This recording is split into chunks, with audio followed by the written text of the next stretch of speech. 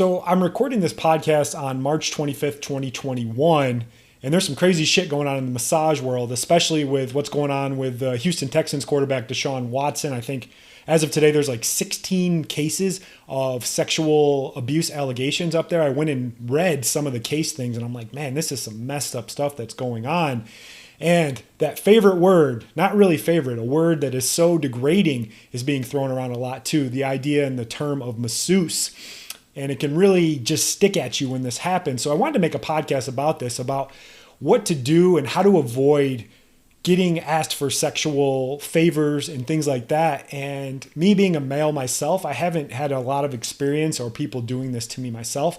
So I brought on one of our female practitioners, Ari. She's been on some past podcasts before, kind of shared some of her insights and her experience of what have happened. And then I equip you with some really good tactics that can pretty much 99.9% assure that you're never going to get a sexual favor request again. You won't have to deal with creepers, and how you can actually use COVID to leverage that so it doesn't happen again. So really good episode. The audio quality on this one wasn't as good because we did it over Zoom, but the message is there. It's really clear, and it's a topic that we all should talk about. And it sucks when I hear people having to deal with this. And if you hear that word masseuse and it boils your blood, this episode is for you. I hope you enjoy the show.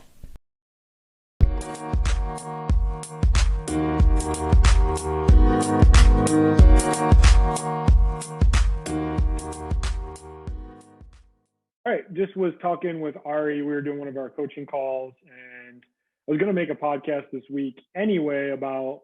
There's been a lot of attention. What's today? March 25th, 2021. For you people that are listening in the future, right now there's been a lot of attention about the guy who plays for the Texans, Deshaun Watson. There's like, I think it was like 16 lawsuits now of like sexual misconduct, and the word masseuse has been used a lot.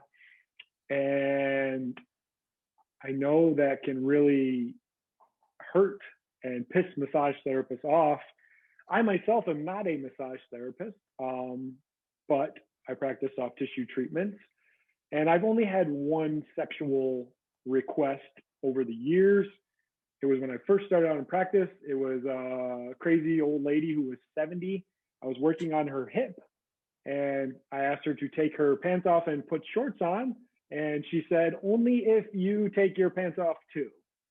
So that was about it for me. I just kind of chuckled and just laughed. So I've never been like sexually harassed or anything like that. But a lot of my coaching clients, specifically Ari, who we're going to talk to, she's a female. She's a massage therapist. So I was going to do this podcast by myself, but I'm like, I don't really have good perspective. So that's why we talked and was like, hey, let's make a recording and share this. So give me your perspective on the term of masseuse. And see how I say it? I say it like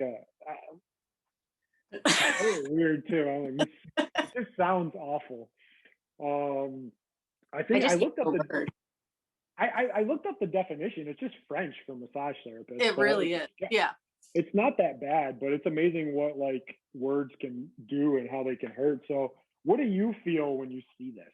Are you hearing? I think, well, here's my kind of, I mean, I haven't had a ton of experience. I have had other therapists that work with me have experiences more than myself. I think because I gear myself in a different limelight in that, right? But I definitely, I have had requests and things like that. But I don't know. I think it's like the whole American stigma around that word and what it entails. So I think that's why so many of us cringe, because it just doesn't it doesn't have a good connotation attached to that word masseuse. So I think it's, if they're in Europe or something, they just throw that word around like nothing because that's the term, Yeah. And I think they kind of changed it a little bit in America to massage therapists because we wanted to be taken more seriously and more, more of a healthcare provider versus, a parlor kind of a thing. So that's what I've noticed about it.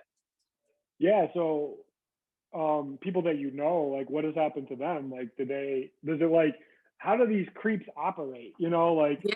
What, I mean, I was reading some of the affidavits of these lawsuits, and I'm just like, geez, Jesus. Like, Typically, what I've experienced. Sorry to cut you off. Go ahead, finish what you're gonna say. and I'm just like, what? I mean, I picture like the type of man that's asking for this, but like a lot of times they seem to weasel their way in, and you don't know it, and it's just like, I, what do you do in that situation? Like, I just couldn't imagine. Like, I'd slap him in the dick, like if that Yeah, was me, but it's hard, especially if you're a woman too, like, and you got a man that's doing this. Like, I mean, those people are awful. yeah. The I've only really had one like serious encounter at my office, and it was with one of my other therapists at the time. And he actually made an appointment like on his lunch break, and he came in for it, and he was not very like there was no bells beforehand or red flags or anything that was like Yeah, going off that he was like a creep. So he was like she was halfway through the massage with him, and he had offered, extra money if she would do extra things. So it was actually in the session when yeah, it and she basically cut him off and cut him short, cut his time short, and took the full price for the session and kicked him out. And I was in the middle of a session, so I actually didn't see the entire exchange happening at the time until I came out and saw her very bright red and angry and upset. But yeah. we kind So of it had to sucks. deal with, at least in school I did. We learned how to deal with that because it's just so prominent, unfortunately. Yeah. And Gotcha. you've seen this too, as I'm teaching and you've been coaching with me for a while, and other people. Like, my main thing, and I see the biggest problem with the massage field across the board, is that they're just not getting taken seriously as a healthcare provider. And Exactly. a lot of that is like the profession's own damn fault. Like, we talked about this before. Like, even when I looked up masseuse online, or people getting pissed off, they're like, well, and people will say this all the time. They're like, well, massage therapists have a very rigorous curriculum and all that, and they do board certified and all these things. And I'm like, they went to school for 6 fucking months. Like, that's great, but Yeah. like I'm like, great, you went to school for 6 months and you had to pass a board to actually like perform treatment on people. That's how it should be. And you and me talk about this all the time, and this will be for a future podcast. But like, a lot of these therapists that get out of school, I've been giving some presentations at schools trying to like, do that, and it's like they Yeah. think that they're going to learn all of it in 6 months, and it's like, Right. no, you're not even there. So I think Yeah. there's like a delusion from Right. the whole the profession as well. I mean, I'll tell you, I went to school for 2 years for it. I went to Yeah, a local community college, so I actually have my associate degree in science, specifically in massage therapy. But we learned actually in the 2 years that I was in school, I still feel today like I could have gone like to a 4-year school. It just doesn't exist, unfortunately. And and I don't know how, most schools are a year program, 6, 7, 8 months, a year long program, and you just get a certificate. You don't have a degree to back it. So that's partially what puts me up a little bit more yeah, on people that I have a 2-year degree, but I also paid like $6,000 or $7,000 less than these people coming out in the year or 6-month program with like a certificate. So it's just kind yeah. of I crazy. think it starts there. It's like you're not getting taken seriously because that's what the programs are doing. And then just the profession as a whole, it's just been very overly sexualized and things like that. Yeah. And when you see stuff like that too, I think a lot of times people is just keep quiet. Like, when they see something, like if a place is a fucking rub and tug place, like call the board, like do Yeah. something about it. Like, a lot of Right. times they're like, well, it's not affecting me. It's like, well, it is in some way, shape, or form. Like, call Right. the board and do that. But like, you got to be taken seriously as a healthcare provider. And that's where people are really struggling. I think soft tissue treatment is the best way to get in there and fix Right. people, but you got to communicate. You have to get more training. You can't just rely on what you learned in 6 months from some instructor who probably isn't even that good because they're Yeah. teaching. And a lot of times those that teach can't really own a business and stuff like that too. Um, but it's really easy to avoid these across the board for the most part. Yeah. Um, and I always talk about this, is like, you can blame COVID across the board. So you've been training in my system. What's the first thing that you do before anyone actually comes in your office? What do you do first? What I do first? If they're interested in what you do, what do you set them up for before they even come in? Yeah, you set them up for an appointment pretty much right away. You set them up for what type of appointment though? Not even coming in the office. Where are you doing it? Oh, with your program?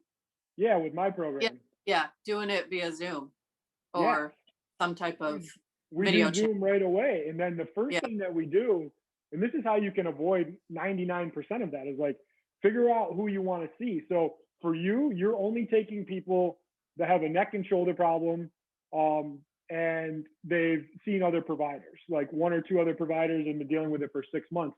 If they meet that criteria, then you get on a Zoom call with them, right? And when you yep, get on the Zoom call with them, now you sit face to face. And I'm going to tell you, if some dude's looking for a hand job or some sexual favor, he sure as shit isn't going to want to come in and see you. And you're going to know that right away. And you'll be done with that. Every once in a while, someone might make it through the cracks, but more than that, they're going to be calling the next person. And I think this is where massage therapists is like mess up right away, is they want to be for everybody and they want to take everybody yeah, in and they want to get them in right away. It's like slow down that process. And this will really help across the board. yeah, totally. And that's where people struggle, is they're like, well, what do I do? I'm like, do this. And what we did was we blame it on COVID, right? We go, oh, well, due to COVID, we like to do these consultations first and do that. I guarantee no one that's looking for a hand job is gonna, I keep saying hand job, looking for sexual favors is going to want to go through that process. Right, right. It's a pretty strict screening process that you have with your program. So it's, kind of weeds that out pretty quickly. Yeah. And even better, what it does on the back end too is it allows you to have just good clients that want to get their problem fixed. I always talk about, are you a service or a solutions provider? And you're definitely a solutions provider when you do that. But it's just like, yeah, you should get, when someone calls you a masseuse, like correct them. Be like, no, Yeah, motherfucker, like I'm not a masseuse. Like, oh, so and so is a masseuse. And then you're like, no, I'm a licensed massage therapist. It's like, don't even say that. What do I yeah. train you to say? When someone asks you, what do you do? An injury specialist, I'm basically. a soft tissue injury Soft specialist.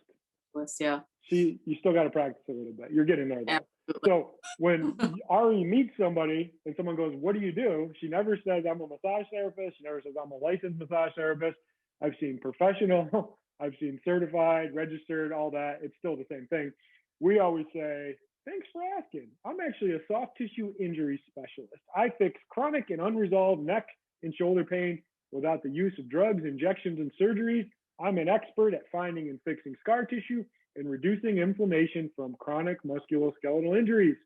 This leads to a significant increase in overall functioning and long-lasting pain relief. Oh, that sounds like someone that takes themselves seriously as a healthcare provider. That sounds like someone that isn't giving sexual favors. That sounds like someone that isn't a masseuse. That sounds like someone that is truly an upper echelon in their field. Absolutely. I think that sets them apart from, and it's not really being like you don't see a lot of this type of treatment in other areas, especially around me. There's only, I think, 2 others in my state, whole state. So, and I'm right on the border of Connecticut. So, I could even go over there and do some stuff in Connecticut. So, you know why there isn't a lot of people? Because it takes work. It takes being humble.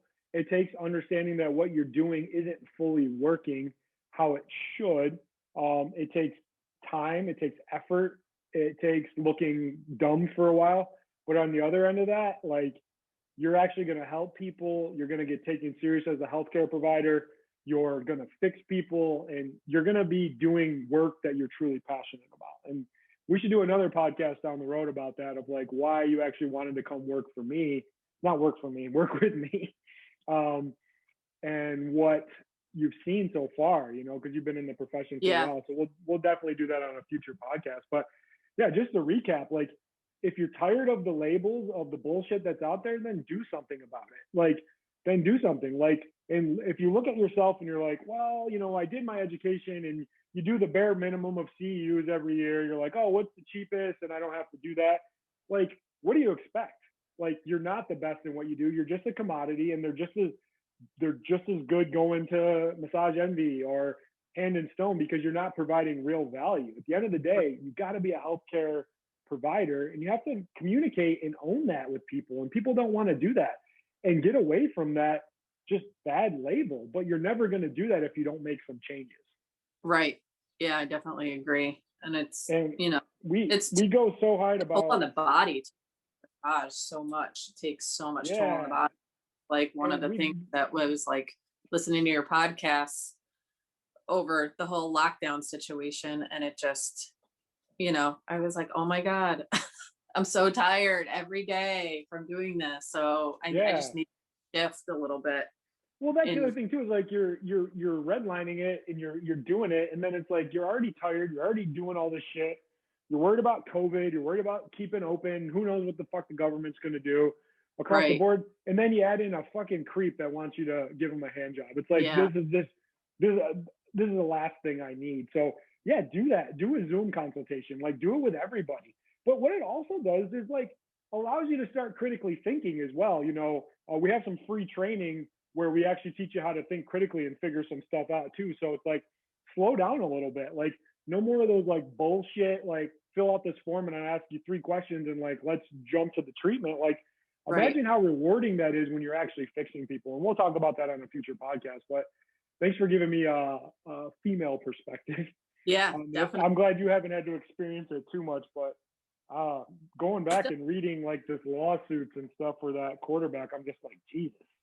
Like, it's awful, and there's creeps out there, but you know what? You can always have a filtering system for creeps. So thanks for doing the podcast today, and I hope everyone else enjoyed it out there as well. And like, do Zoom calls, get yourself taken seriously, invest more in just your education and what you do, and just be better. Be that solutions provider for sure. Yeah. All righty. Well, we'll share this with everybody, and I appreciate you taking the time, Ari. And like I said, we have some links to some free training in there as well. Can kind of help you figure out what's exactly wrong with your client, because you don't know what the problem is, you can't fix it in the first place. So I appreciate you guys, and we'll see you on the next one. Thanks so much for listening to the show. If you're a massage therapist and you want to learn more about our new methods that allow you to easily double your income without working any harder or getting burnout, we have some free resources for you. 1, join our Facebook group, The Soft Tissue Revolution. 2, subscribe to our YouTube channel. 3, request our free training series. 4, leave us a 5-star review and share this podcast with anyone else you know it can help. Links to all our channels and free training are in the show notes.